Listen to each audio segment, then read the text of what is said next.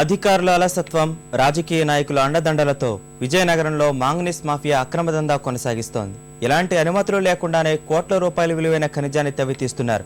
Demand ఎక్కువగా ఉండటంతో సీమకు చెందిన బడాబాములు ఇక్కడ తిష్ట వేసి మరీ జాతీయ సంపదను దోచుకెళ్తున్నారు.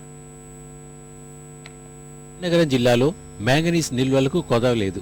ముఖ్యంగా చీపురుపల్లి, గరివిడి, మేరకముడిదాం, రాంభద్రాపురం మండలాల్లో భారీ స్థాయిలో నిల్వలు ఉన్నట్లు అధికారులు గుర్తించారు. 1945-50 మధ్య కాలంలో కొన్ని సంస్థలు ఈ మ్యాంగనీస్ భూములను లీజుకు తీసుకుని ఖనిజాన్ని వెలికి తీశాయి.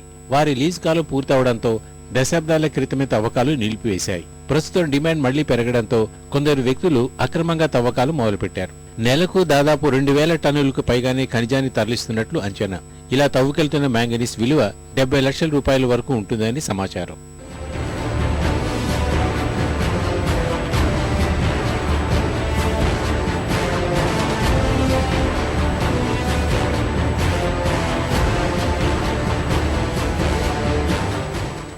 ప్రజాప్రతినిధులు, ప్రభుత్వ యంత్రాంగానికి తెలిసే ఈ అక్రమ మైనింగ్ సాగుతోందని విమర్శలు వెల్లువెత్తుతున్నాయి.